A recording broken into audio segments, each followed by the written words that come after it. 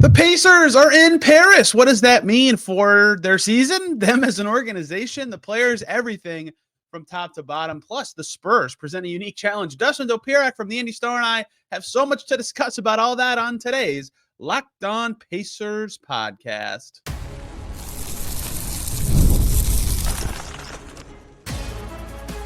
You are Locked On Pacers, your daily Indiana Pacers podcast. Part of the Locked On Podcast Network, your team every day. What up, y'all? Happy Thursday and bienvenue à la Locked On Pacers podcast. I have to learn some French with the team over in Paris. My name's Tony East. I cover the team for Forbes, and today, a lot to discuss about this Pacers team that's been now abroad for 5 days. We're going to put this up actually before Thursday because the game is so early in the day, so you can get a nice preview of what's going on out there. But much to discuss about the Pacers in Paris. And I think the most common question that I've been asked or that I've seen fans discussing is, how will this in any way impact the Pacers season that they, in the middle of a regular season, went to Europe for a week and then come back and play 2 games that are neutral site games that are decidedly not neutral site for the Pacers as they play the Spurs. On one hand, good for their brand, great for the organization to be playing in a global game like this with people flying in from everywhere. On the other hand, they're playing Wemby and the Spurs. They're flying way out of their normal time zone for an NBA game in the middle of the season. So there's a lot to unpack from this trip, and who better to do that unpacking with than Dustin Dopirak of the Indy Star. We talk all the time, and we want her to talk about this trip, so we will. Let's just get right into it with Dustin Dopirak. Bonjour à toi, everyone. Dustin Dopirak is here, and we have much to say about the Pacers who are in France, learning French. Pascal Siakam teaching everybody in the video that he shared on his own social media, which was great because I also learned more than just bonjour and the very classic French words. And Dustin Dopirak from the Indy Star has also seen these videos, was chatting with Myles Turner along with myself and a couple others this morning, very early. Thank you, time zones. Dustin, comment allez-vous? Comment allez-vous? I got it wrong. I even looked it up and I got it wrong.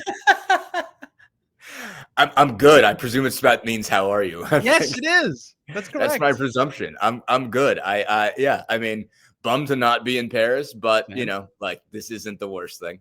You know, like as far as it's not bad to have a week at the house, you know, and not going anywhere, not having any games to be at. But I don't want to go anywhere because it's freezing outside. It's really freezing.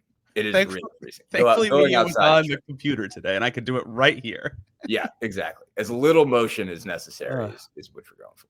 So, what do you think of all this? Like, I said this to you on the last weekend after the Philly game. Like, it didn't hit me till it was happening that they are in Paris for a week plus a day. I guess a week. It's just in the middle of the regular season, and I feel like there's so many directions of this conversation that matter, but. I guess zooming out, like, what do you think of this for the Pacers? For the Spurs, it's something very different because of their star player. But what do you think of this for the Pacers? I mean, I think it is like it ultimately is good. I mean, it does seem like the players are taking the right attitude to it. It's just like, hey, you know, first off, like Paris is wonderful. You know, like my wife and I went last June. We were there for 2 days, and I feel like it's my home, like my second home. You know, it's just like if you've ever been, I mean, it's a place that you fall in love with immediately, I think. And so it does seem like the guys have taken to it to be like, okay, you know what? This is a benefit not everybody gets, you know, like this is a thing that not everybody gets to do. Like, don't complain about it. Like, just take it in, you know, just enjoy it, understand that you're given an opportunity and make the most of it. And like from a basketball perspective, is it great for them? No. I mean, like, I'm sure they will require some level of recovery, but it's like, out of the things that you could be forced to do in the world, playing 2 basketball games in Paris is not at all the worst thing. And I think there is still, you know, there is a benefit to them. Like, obviously it is different for the Spurs. Like, you are taking their hometown hero out there, and you're going to, you know, feel like you're home away from home. Like, everybody's going to be cheering for you because you know, like their, you know, national basketball hero is there. But, you know, like if you're the Pacers, you have a chance to build a fan base.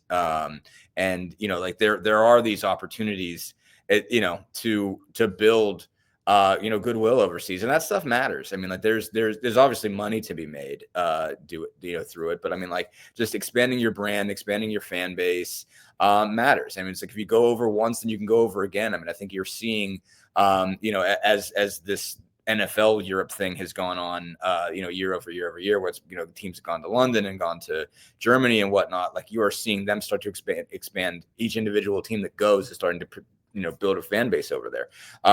And, like, you have to think of it as the, as the kind of photo negative to, European soccer over here, and teams caring, like, what makes a fan, in the United States care about Manchester United or Liverpool or whatever. Like, you're certainly seeing that become a niche out, in the States. One thing that helps is they play a couple exhibitions over here. And so you get to, like, connect to it more directly. And so, the same rules apply over there. I mean, like, you create some French Pacers fans because they've seen you. And if you put on a good show, you have an opportunity to build the brand over there. So I think there's value to it for them. And again, there's just value to, like, just going out, the bonding piece of it that you mentioned when you asked Myles, today. Myles Turner seems to be taking the best attitude to this. He's got a beret for every day, which cracks me up. I think it's just hilarious. And he's now been to London, India, and Paris just from being with the Pacers. That's wild. I didn't know about the India trip. That was preseason 2019, I believe. Wow. And so, yeah, I mean, like, I saw, just Googled it and saw, like, old pictures of him and, like, Rakeem Christmas hanging out in London, and they were having a blast there too. Like, you see this picture of Myles in one of those red phone booths, like, like he's drinking it in. They all seem to be drinking it in. It's like, just do that. Like, get the bonding experience of it, have the good time that's there to be had. And you'll worry about your recovery when you recover. I mean, and they've got a cushion on the back of this too. They don't play again until Wednesday against the Pistons. Like, a week from today is their next game in the United States. They have time to recover from this. And so, like, go out, like, I mean, I think a split works for them. If they, I think they've got to get one of these, like, I don't think you need to be getting beat by the Spurs twice. But if you get a win out of there, you feel pretty good about it. Like, they had their whole schedule condensed. A bunch of teams are playing a bunch of games without them. They've been moving up while everybody else has been playing, like, or at least getting a little bit more cushion is the 5 for now. Orlando's obviously had some tough times, Atlanta, Miami have taken some hits. So, they have some opportunity to create some space, create a little cushion just by standing still. So it ultimately serves them well. And I think, like, Rick seemed to not be totally into it before he left. And, maybe he'll be less unhappy about it when it comes back. Maybe he'll come back wearing a beret, like, I could see Rick's going to come back and sell this for, like, as much as, like, he was kind of curmudgeonly about it beforehand. He's going to talk about how wonderful the experience was. He'll probably also complain about the travel later and giving up a home game, but, like, he'll also talk about how great Paris was, because, like, Rick just gets intoxicated by some of that stuff, and I think he will. So, ultimately, I think it's good for them. It's weird, and it does require some getting over and getting used to, but, it's not going to be a whole lot different than playing in Vegas in December was. Yeah, it is strange and cool in lots of ways, like, for the many reasons you said. If you zoom out and pretend, actually, let's start with the schedule part of this. The NBA, it's very kind of them to say these are 2 neutral site games. We'll call it 1 home game and 1 home for each team. It's 2 road games for the Pacers, right? Like, I saw a picture from Morten Stig Jensen, who works for Yahoo and a couple other places. He was at both teams' practices on Wednesday, and the Spurs practice had lots of journalists, and the Pacers practice decidedly did not, right? Like, it is very clearly a Spurs thing, and that's fine. I'm not saying that's bad for the Pacers, but I agree with you that a split would basically be like a road win, even though it counts as a home game, which is a bit of a bummer. But that said, there are the aspects, like you said, of global footprint. Like, the NBA put out their press release today. I think they said 54 countries had people buy tickets to this game. Like, it's easier to travel potentially to France for, some people than the United States. That's great, right? So obviously, again, big French crowd, but that's good for the Pacers. If you're, like, truly a neutral basketball fan in Paris, and you've seen this Haliburton kid now twice in 6 months, basically, in Paris, both, of course, they beat Wemby potentially both times, but that's something. Okay, who's this kid? And Pacers are playing well. Like, if they can get a win or at least play fun basketball, that could be good for them. On the other hand, the schedule is challenging. They have to deal with, 1, a physical body disruption, which is why I asked Myles Turner about that today. But 2, like, they're playing really well. Time off. Like, it's the opposite effect that their first gap from the NBA Cup had, where it really helped them. Like, there's a chance this doesn't. help them, Right. and it's the opposite. So there's so many interesting dynamics at play that like I can't say it's good or bad for the franchise. In fact, on the whole, for like PSNE, it's probably good for the Yeah. basketball product of this season. That is what I am like very interested in, and where I kind of want to go with this next. What do you think, first of all, of let's set aside like momentum, right? This is what, because I remember this, like Draymond Green and the Warriors went to, I think, Japan, maybe China one year for preseason. And they were like 5 games into the season. He's like, yeah, jet lag, like took us forever to recover from. And this is way less than that. It's not that many hours of difference, but Right. you know, like we talked to Myles Turner Wednesday morning at 7:30 for us, which is them. I think that's 1:30 if I'm maybe 2:30. Yeah, it's about 6. I think it's 6 hours. Yeah, I think it's also 6 hours, which would be when they basically usually practice when they're here. So that means they're practicing 6 hours earlier than they're used to, right? They flew overnight to get there and then like immediately went to do events. So physically, do you have any concerns, or do you think this could be any sort of effect on like their body clock and rhythm, both in these games and then again when they come back? And like Myles Turner said, great, you get to go back home and then you pop right on over to the West Coast and have the opposite effect on your body in terms of the hours you're dealing with.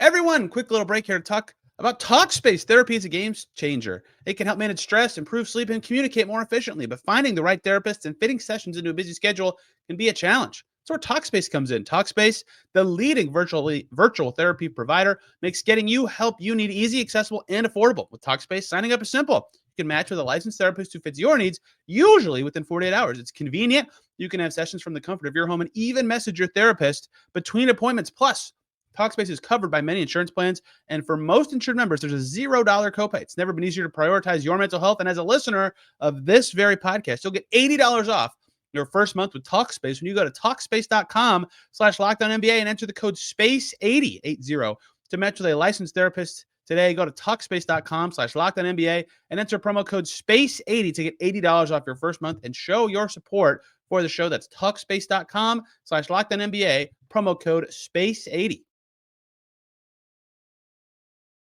Yeah, I mean, there's going to be a thing there. It's just a question of how long. I mean, obviously, again, I don't know what day they're getting back. You know, I don't know if they're flying back Saturday, Sunday, you know, or whatnot. I mean, I imagine they won't linger very long, and they'll have some time to get right. You know, like they'll have a couple days to get right. And, you know, like, again, you don't play the Pistons until Wednesday. So you've got Sunday, Monday, Tuesday, no basketball. And then you have a home game Friday, you know, Saturday. You have 2 days in between, Thursday, Friday in between, a Saturday 5 o'clock game. And then you're on the road. Presuming you'd fly out Sunday to Utah, and you've got Utah, Portland, and LA. And obviously the LA thing allows you to sit there for a little while. You know, so that's, you know, and now that they're playing in 2 different sites, it's not a back-to-back, you know, at least in this case, basically. So you're in LA from, you know, either maybe you fly out late Tuesday night, maybe you fly out early Wednesday morning, and you're there Wednesday, Thursday, Friday, Saturday. So it's, you know, like you're there for a while. So there's opportunity to settle, you know. I mean, obviously you have the Utah Portland back-to-back, and that's not altogether fun, but you know, like you are playing 2 lottery teams in that case. So like there's going to be an effect. I mean, like I think there's still going to be an effect of feeling like your clock's not right. You're not going to bed when you should, you know, or you're going to bed earlier than you should, and then you're later, and then your body's just like, what have you done to me? So there's a chance that when they're in LA, that there's going to need to be a do nothing. There obviously is going to need to be a do nothing day in LA. You know, after the back-to-back, there was already going to be. It's also the trade deadline, I believe. Is that day. It's the trade Thursday's the trade deadline. So it'll be noon there. Fun. So that'll be all kinds of fun. And who knows? I don't know like what executives are not making the trip. Looking forward to that one. That's gonna be great from my perspective. At least glad they will already be in LA. That I'll already be in LA too. But yeah, no, I mean, I think there's going to be an effect. I mean, is it going to drag on them throughout that week? Are they going to look just totally wasted between now and, you know, the end of the All-Star break? I don't think so. You know, like, I mean, I think they'll have an opportunity to recover. I mean, they are, you know, I probably give them too much credit for this because but you know, I think they'll be okay. Yeah, I think so too. I do. So I just looked this up to get all the clarity. So Draymond's comments were 2017-18. They went to China. They came back and they started slow at 4-3.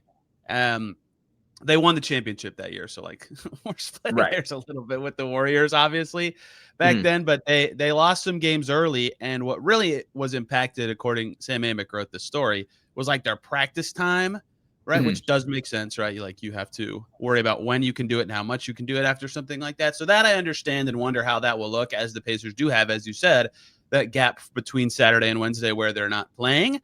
But, Myles Turner said it today, like going to the West Coast is a 3-hour difference. Like it's only it's 3 hours more than that, which is a huge deal. But like they deal with this stuff. They've done it before. So I wonder how much that will impact them when they get back, more so out there, because the Spurs are also dealing with it right this second. So in theory, it's not a disadvantage in these two upcoming games. It is perhaps something to look out for when they actually come back and they're in Indiana for that game against the Pistons. And then I think the Hawks are a home game after that before they go west, right? So they'll have some time, basically a week to reacclimate to Eastern time, and then they're gone. Have fun out in Utah on Mountain Time, figuring something else out, although that is the easier way to go. The other part of this people keep asking me about, and I'm sure you, is like they're playing great. And now they don't have, one, they're not playing for, what is this, 5 days, 6 days in between games. And two, even beyond how long they have off, you just never know what time off does for continuing your quality of play. And I would cite the opposite example of it helping the Pacers, as I already said earlier this season, when they didn't make the NBA Cup playoffs. They had 5 days off, 4 days off, and like every player cited, like they got Nembhard back right around them, but that practice time really helped them. They could tweak some stuff. They could get back to basics. And then they came out hot and beat Philly and beat New Orleans and were rolling. You never know how a time off can shake things up. And maybe it has a similar effect last time, right? Where it shoots them upward even more, but it also could be bad for them in a way where it disrupts their rhythm negatively this time. What do you make of that part of it? Or is that not something that should be of concern just because they have such long gaps on both sides? Yeah, I mean, it's obviously worth noting. I mean, because it just feels like, here's an interlude. I mean, it feels like an all-star break, like in the middle of it. And it's just like, I mean, that's kind of how long they're going. It's like you're going a long time, and like and they're out there they do have a lot of stuff to do. Like they do have a lot of like like events to show up at, team dinners, like all that kind of stuff, and they are taking it in. And so it's just like there is, like they are still practice. It's important that they get the practice time to make the most of it, because they haven't really haven't had a lot of practice since those very real practices, by the way. I'm sure they're doing everything they possibly can in front of hundreds of journalists. I mean, I imagine they're probably closed until a certain point. Yes, I agree. Like I'm sure they're doing real practice work and just not doing it around anybody. Or maybe they're just trusting that no one else understands it, or that Joe Varden and Tim Reynolds won't sell them out. Not sure about that. So we'll see. Tim and Joe can be bought. No, I'm kidding. Salute, guys, if anybody sees this by any chance. No. But yeah, no, I mean, like, obviously, again, you're looking at what, 7, they're at 8 out of 9. They won 8 of their last 9 games, and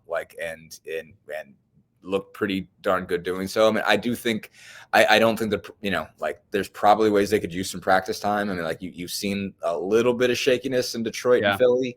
Some moments where you're like, you guys don't look as sharp as you have. And obviously they got beat by Cleveland after beating them the first time. So like their last 3 have been a little shaky, there are a couple wins in there where they did have the benefit of some absences, obviously Golden State being one of those,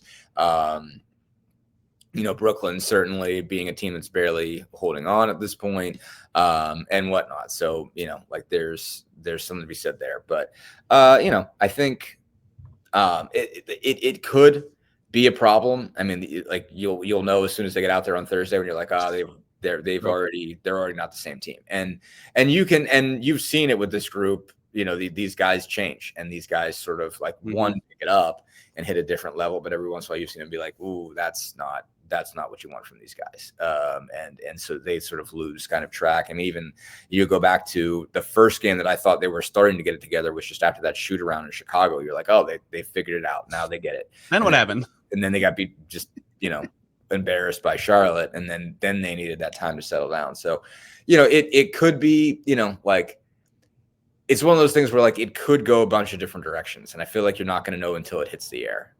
Like it could be a problem. All these things are real. Like I think there are buffers that should be able to, as far as the jet lag is concerned, as far as the just all this time is concerned. Like I think there's enough of a buffer period that they should be able to get right by next Wednesday.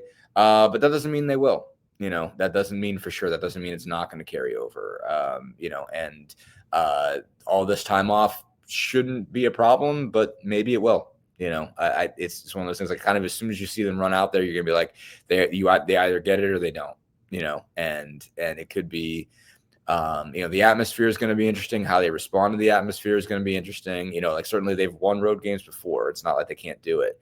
But you don't know what it's going to look like when it hits the air. And it's like being the road team in San Antonio is one thing. It's going to be weird to be the road team in France. Just because it's like, all right, like you feel like the whole country's against you. And it's different, and it's easier to, you know exactly what you have to do to take the fan base out of it, San Antonio or someplace like that. You don't know what it requires when these people are seeing this guy they don't know how long it's going to be until the next time. So, it's going to be interesting to see how they handle it on it. Like, the game's there and the thing back. I mean, like it could be a problem, but I do think they have, some opportunity built in to fix those issues. Yeah. And I think again, it's the same thing with momentum, like these two games specifically with the jet lag and the momentum, probably little net impact because the Spurs are dealing with them too. Although the Spurs are playing bad right now, they'll hope to have a bounce back when they come back. I'm really focused on like Wednesday and beyond next week when they start playing here again against, let's say better teams, even though the Spurs have a very, very good top player. So it's hard. Sure. It's hard for me to kind of figure out where this will net out. And obviously we can't know until we see it, but like it could be, okay, Aaron Nesmith gets additional 5 days to recover. And hey, Haliburton was just hurt. He also just got an additional 5 days. Everybody really did. Like every NBA player will tell you right now, I have a million bruises and bumps. It's the classic NBA season moment. Like maybe that's great. And maybe this team bonding is awesome. Like we see the hall. They brought all their two-way guys. Like the whole team was at the Eiffel Tower. They did fashion stuff. They're going to do dinners. That's the first thing I asked Myles about. And then the other side of this is the second thing I asked Myles about, which is like your physical clock will get damaged. Like it just will in some way. And they were playing great. And now they're only playing 2 games. And I can't do math very quickly. 10 days, 11 days, which is extremely unique in the middle of an NBA season. And they're doing it in a different continent. So how that all comes out in the wash will kind of define, I think, how they actually feel about this trip, because their record is fine. It's not the way they got there is really goofy, but they've done fine with the condensed schedule so far. Yeah, it'll be condensed again in the second half, obviously, because of this time. So far, I think they could argue it's come out in the wash, but the back end will be revealing because there's lots of directions this could actually go. Yeah, especially if they lose 2 neutral site games in France. Right, exactly. That will, like you could see Rick playing this a whole bunch of different ways in terms of how he talks about this the rest of the year. It could be a great bonding experience. It could be great cultural experience. It could be they screwed up our whole schedule and now we're this, that, and the other thing. And it's going to be both. Again, I think there's going to be benefits for both. I mean, again, it might end up, go out in the wash. Again, like no one's going to boo-hoo. You got to go play two basketball games in Paris in January. Like doesn't seem to be snowing there. Like, it seems less ugly to look at right now than outside and less freezing. So does it hurt your skin when you step outside there? I'm sure. Right. Doesn't appear that way. They're able to get around in hoodies and sweatpants. Seems like that's enough. That's okay. One more break here, guys. Let's talk about Game Time. I love going to live events, sports, music, theater, comedy, all the above even. Some of my favorite memories growing up, going to sporting events. The energy and excitement can be unforgettable, and Game Time has made it even easier for you to get tickets to your favorite events with their new feature, Game Time Picks. It filters out the fluff and only shows you incredible deals on great seats, so you don't have to waste time searching through thousands of tickets. But if you do search through those thousands of tickets, you'll be thrilled, because as you look through tickets for your upcoming event, you'll find amazing deals. You can see the view from your seat before buying on Game Time. They have super deals that are particularly impressive, great seats at unbeatable prices, plus the app's all-in pricing shows the total cost up front with no surprise fees at checkout. Take the guesswork out of buying tickets with Game Time. Download the Game Time app, create an account, and use the code LOCKDOWNNBA for $20 off your first purchase. Terms apply. Again, create an account and redeem the code LOCKEDONNBA for $20 off. Download Gametime today. What time is it? Gametime. Let's actually talk about the Spurs as a let's talk about basketball games instead. Yeah, let's try to do that. Yeah. They play the Spurs, which is funny because last year's games against the Spurs could not have been more opposite performances for the Pacers. They played them at home. Because you were there. I was extremely excited to see Wemby in person. He played his first ever back-to-back as a pro. Obi Toppin almost blocked him at the Summit. Isaiah Jackson did block him. He was not even close to this player yet at the time, and the Pacers destroyed them. They smoked them. I think they won by 30-plus that night. Yeah, they did. Then in San Antonio, you were there, I believe. Tyrese Haliburton scored how many points? I think it rhymes with hero, if I'm correct. Yes. Okay. Correct. Yeah. Yeah. Big goose egg there. They lost. That was a part of his big slump he had late February, early March, I believe, was when that game was last year. And they were trying to figure out what he could do. And they lost the game that they were in the heat of the fight for the 6th seed, like probably wanted that one badly at the time. So hard to get a feel on what their matchup's going to look like. The Spurs are good. They're not really good. They're playing bad right now. Wemby is amazing. And I loved asking Thomas Bryant about him because of that hilarious video from preseason 2 years ago when Wemby dunked from outside the circle. And Thomas Bryant was like, what do I even do with that? That's going to be tough for Turner. It's going to be tough for Bryant. Those guys are sub 7-foot centers. Like everybody struggles with Wemby, but they will also do so. The rest of the Spurs are not as good. So I feel like if the Pacers guards play well enough, they can keep up. This is a very generic way of looking at it. But what do you make of the Spurs and what challenge they actually will present for the Pacers? Yeah, I mean, just Wemby is obviously just a fascinating piece, but some of their other guys have been problems for them, going back. I mean, Jeremy Sochan's been a problem for them. Vassal's been kind of a problem for them. Those guys have been an issue in the past. I'm looking back at the box score last year. Malachi Branham's been an issue for them. But, there's, they've had, they have some decent pieces. They have enough guys to make a game difficult. This is – am I looking at the wrong box score? I've got Tyrese for 12 in this game, but he was 0 of 6 for 3. What did I miss here? I don't know. Maybe he had 0 in New Orleans and then also wasn't good in San Antonio. Is that what it was? I think maybe that's right. They were back-to-back performances. Yeah, they were back-to-back performances, and I remember he was Rick was all over me about it beforehand. Be like, don't even ask about Tyrese, but I think that's what happened.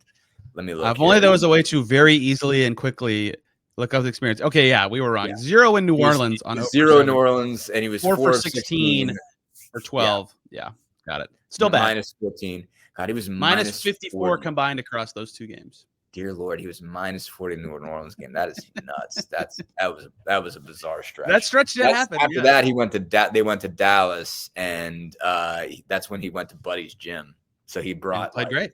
Yeah, better. He brought and then everybody at the start of this season was like, "Oh, this is a continuation of last year." I'm like, 1, no, and 2, he was worse in that stretch you're talking about last year. Exactly, in that stretch it was really bad. No, I mean, so obviously Wemby changes just so much, and the fact that he's making these leaps makes it more difficult. I mean, we've obviously seen Haliburton pass up on layups before. In general, against smaller big guys, and when he gets in there against Victor, he's not even thinking about it. He's not even considering trying to shoot over 9 feet of arms and legs or whatever that is. So that is going to make a serious impact. It makes an impact on everybody. But how you move the ball is drastically changed by this guy. I mean, just the way he changed the geometry. He can spread out. Either he can just wall off the paint. Or, I mean, you have to worry about getting your shot off. If he's going to close out on you, you have a lot less time than you think you do because, that's just a lot of length that's coming at you. So, I mean, he's obviously capable of changing the game. And, all those guards are enough of a problem. I mean, they're not great players. They're not, they're not superstars, but, you have seen them, rise up basically at different points in time and be a problem. And Sochan was 6 of 8 last year at 12 points. Wemby had 31 and 12 in that game. Vassell had 17. Branham had 18. Keldon Johnson had 17. I mean, all of those guards and wings can put together pretty good can put together pretty good performances. I mean, and they don't always do it. They're not consistent about it. You can't always trust those guys. And they, again, like you said, in the first matchup, the Pacers just absolutely smoked them. It was embarrassing. It was 152 to 111. And close. The Spurs, exactly. The Spurs still had Doug McDermott at that point. And so that was before the Pacers got him. But like he was the leading scorer in that game. Like Wemby was 3 of 12 at that point. And they shut Sochan down. But I mean, it's just a question of if a few of those wings get going and you get a great game from Wemby, then that could be enough. And so, obviously they've just got to find some way to score in the paint around him, either outrun him or, just not be going up against him in the set defense. They got to hit shots. I mean, there's another thing for sure. They've got to be able to hit outside shots. Siakam has some level of capacity to still score over him, I think, in a, turnaround jumper sort of standpoint. But, Wemby's one of the few guys that you're not sure if Siakam can get that shot off. He can get that off against almost anybody else. But Wemby might be able to stuff it back in his face. I'll be curious if they put Wemby on Siakam instead of Turner. Depends who they started the 4, I suppose. I mean, I would strongly consider it if I was them, because I think that's an element you could probably take away that you can't otherwise. And so, obviously, Myles is going to stretch you out anyway. And so it's all right, you would rather, I think, give on that matchup and say, okay, go ahead, try the switch, try to hit Myles in isolation. We'll live with that. Rather than you being able to go to a post up to Siakam, at the right elbow all the time. If you can take that out and nobody else can take that out, then that changes your math a whole lot. Are you yawning? Did you have to get up early for something today? I think I did. Did you know it's dark at 7:30? I didn't know. Yeah, that was very weird. That was really something. I was like, man, I don't finding my way through my house, running into walls. It's so dark. Yeah, it's what happens? This is embarrassing, dude. We're talking about 7 a.m. This is very normal human. Also, it's absurd though that it's still dark in Indiana at 7 a.m. I grew up in Pennsylvania. This is still I've been here enough. You would think I would have seen 7:30 enough times in the winter, but apparently not. The Spurs have other players that are worth talking about, but so much of their team is Wemby, right?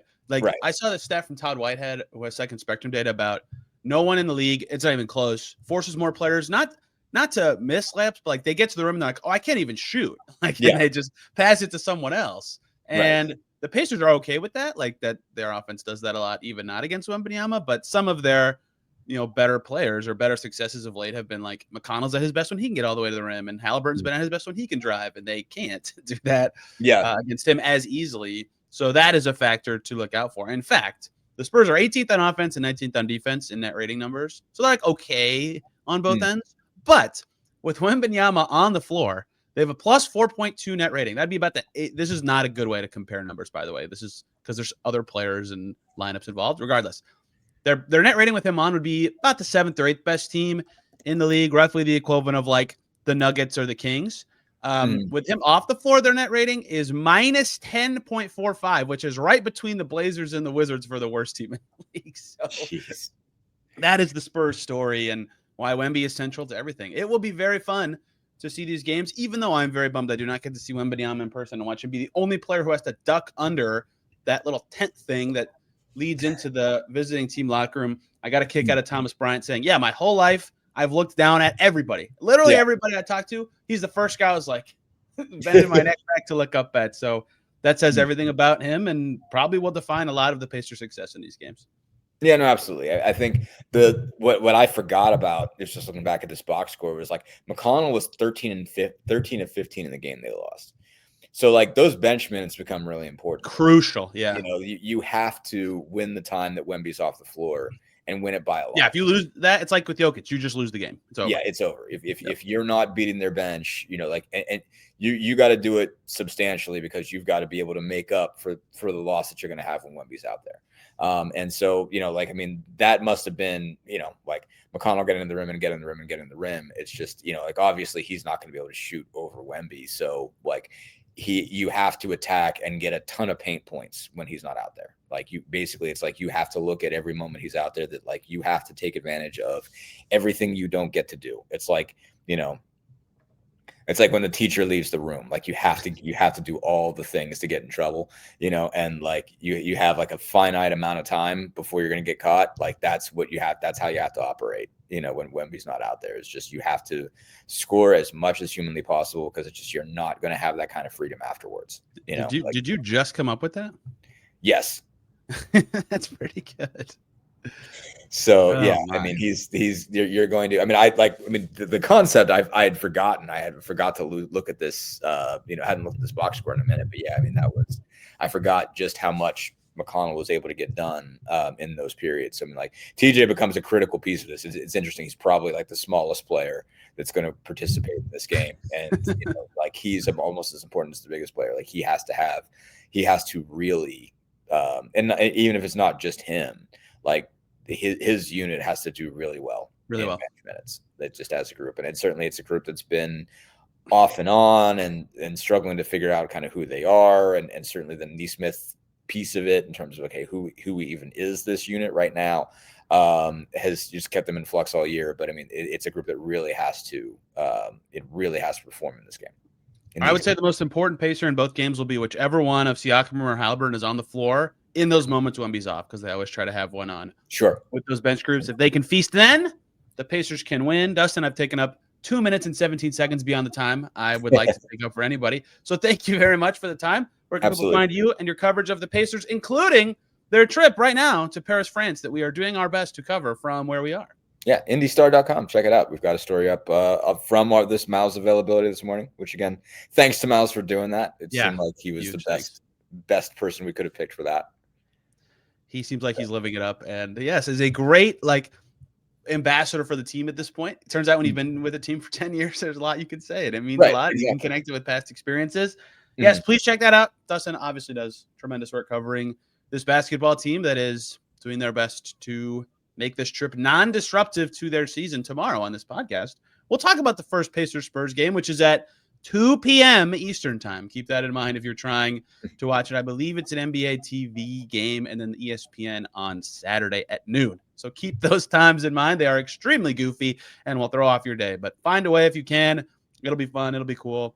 Maybe a seminal moment for some of these players. Like Ray J. Dennis has been on the Pacers for 19 days, and he is now in Paris playing against Wembanyama in a huge event. Like, pretty cool for some of these guys.